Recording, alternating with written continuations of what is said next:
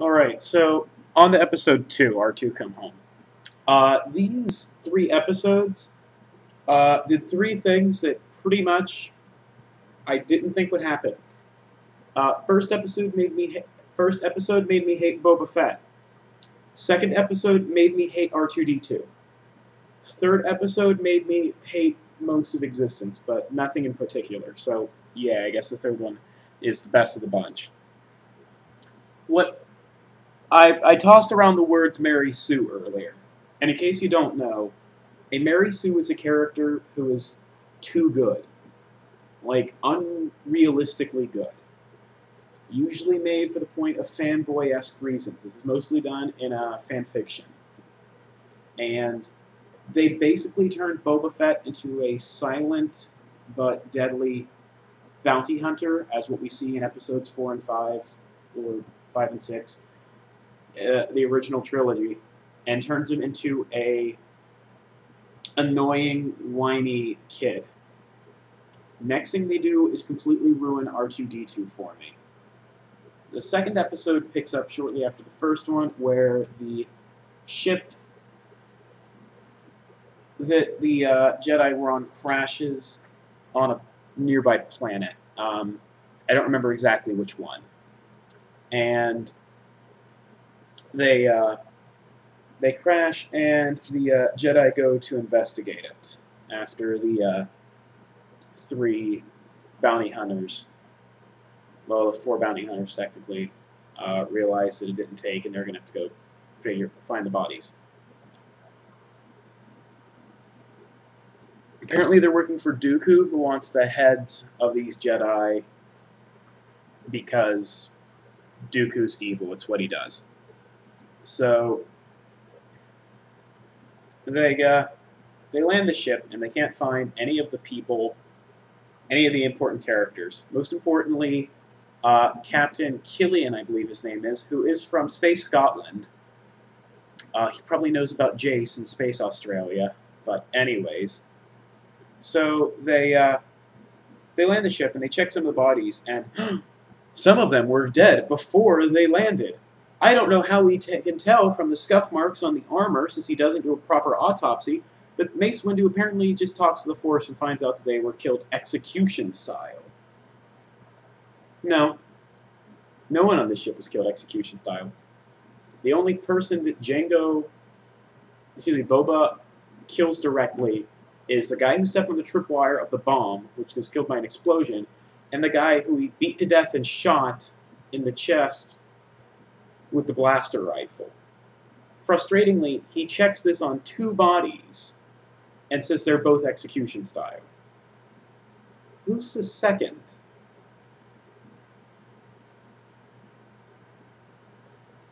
Anyways, they go to the bridge of the ship, and they find something. It's Jango Fett's helmet. The helmet Jango Fett wore. And inside of it's a bomb that blows up pretty much when they pick it up. And this is the point where Mace Windu is successful in putting together the puzzle. Even though he was one of the ones that rescued the 3 kids, the 3 other Clone Youth Brigade, and should have asked them. But he doesn't. Picks up and looks at the helmet and goes, Jango Fett. Then he thinks. And then he goes, Boba Fett. And then realizes the entire mystery.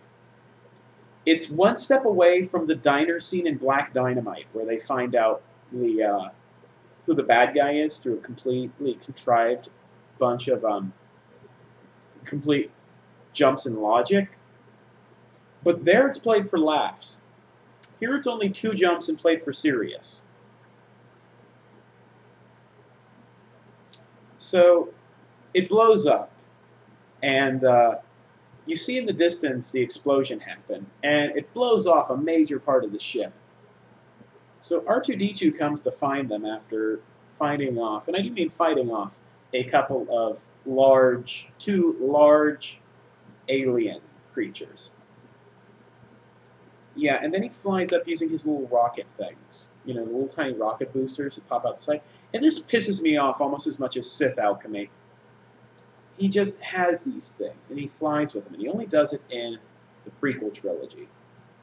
I don't want to hear about how they didn't have money for it in the original trilogy or something like that, or they didn't have the, what do you call it, the budget. He does it, and it pisses me off. Just something innate about it just pisses me off. So he flies up to him, and he finds where the bodies of the two are, where there was this explosion. Giant explosion blows up half the ship. They're fine. I mean, they're under rubble, but they're fine. Anakin's even awake and tells R2-D2 to go find help, to go call the Jedi Council for help. Not the legions of clone troopers who was on the ship with them, called the Jedi Council. Okay, asshole, we'll play by your rules. And then he blacks out, and R2-D2 leaves. Before he does, R2-D2 opens his little chest compartment and has two little arms come out and moves away what has to be at least 100-pound sheet metal with two little bastard arms about the size of straws. No, he doesn't. Honestly, he shouldn't be able to. But maybe R2-D2 is strong with the Force. So they move these things away. And R2-D2 is going to go get help, but he can hear Boba Fett coming, along with Aura Singh, who is the bounty hunter who saved him, and a third bounty hunter, whose name legitimately escapes me. We're going to call him Steven. Steven is the only person on the show in this episode who thinks with any stream of logic.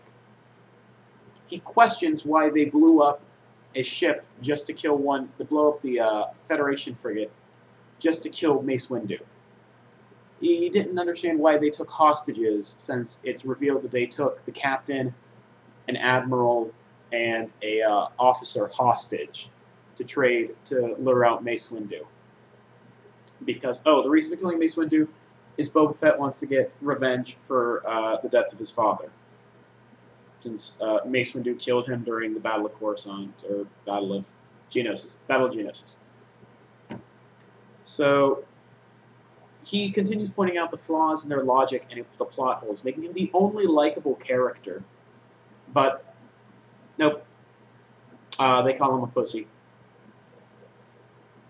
So R2-D2, R2-D2 hears them coming up this shaft and starts pushing shit down at them using his tiny little robot nipple arms.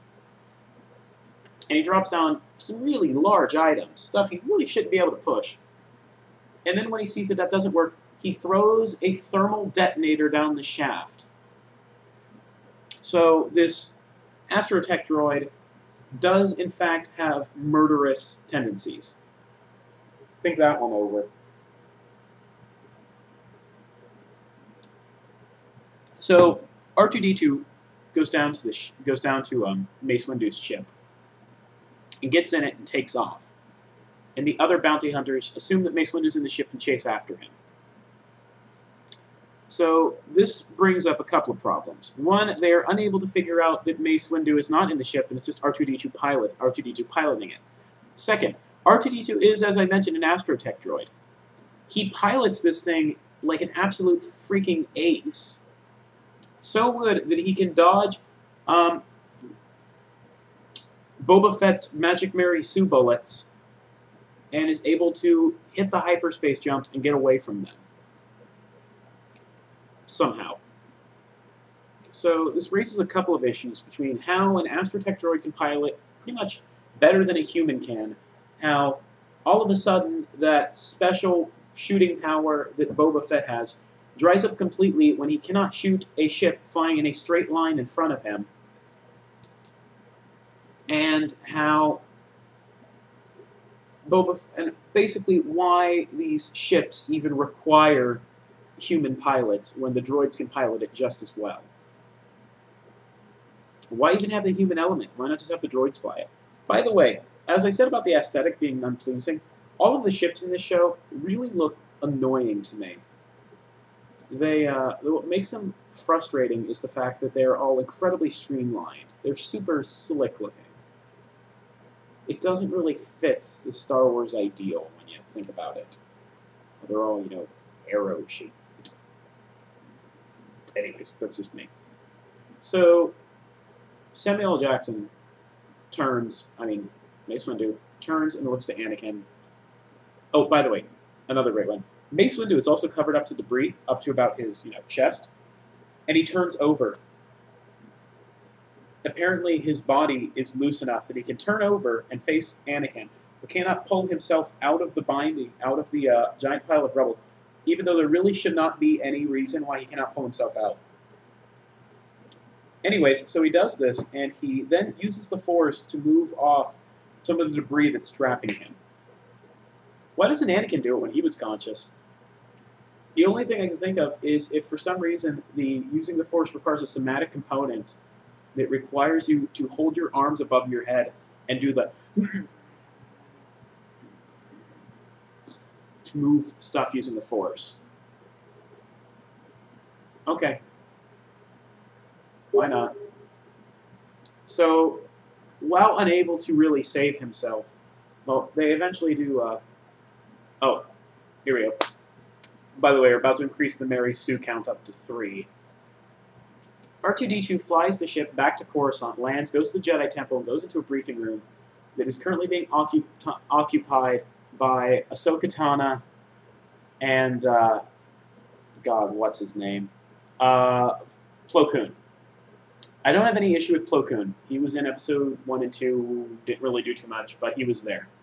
Ahsoka Tano is an author insert total bullshit character that really freaking annoys me because she's too good for a Jedi Paladin, going toe-to-toe with Asajj Ventress and standing her ground perfectly fine and other really powerful characters, and just, it's fine.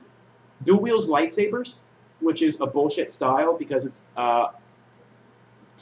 it is statistically weaker than using one lightsaber or using a double one that Darth Maul uses. And she wields her lightsabers for the most part that backward style where the blades come out of the back here that pisses me off because it's a total weeaboo thing to do. And basically they put it in as fan service as opposed to anything that could be considered plausible in combat. So she and Plo Koon are going to go investigate to find out what's going on. But first they go and they rescue Anakin and Mace Windu. Anakin has severe burns, even though he was crushed. Though he has severe burns, his clothing is perfectly fine. So they are at the medical bay, and Anakin asks Mace Windu what they're going to do about this whole thing, and Mace Windu says nothing. I don't mean he says nothing as in he's silent. He just says they're not going to do anything about this murderous clone child and his bounty hunter groups who are constantly making unrest and are actively out to murder him. But they get a holotape that says that they have hostages, and suddenly, get out of the way, Shaft is on patrol. He is going to go kick ass and take names to go rescue these 3 clones. And I remind you, they're clones. Well, no, apparently they're not, because the captain is from Space Scotland, Ireland. I don't remember. You have to watch the episode. Sorry, 1 second. So now they're on the warpath. They're going to go search for these people, or rest up, and Ahsoka Tano and Plo Koon are going to search for these people. And that's about the end of the 2nd episode. It's pretty much as bad as the first one, but it's not quite as hilariously bad. It's more flat-out normal bad, and after a while my organs were physically convulsing and I thought I was going to have a stroke for watching it. But I don't, so I get to watch the 3rd episode. Stay tuned for that.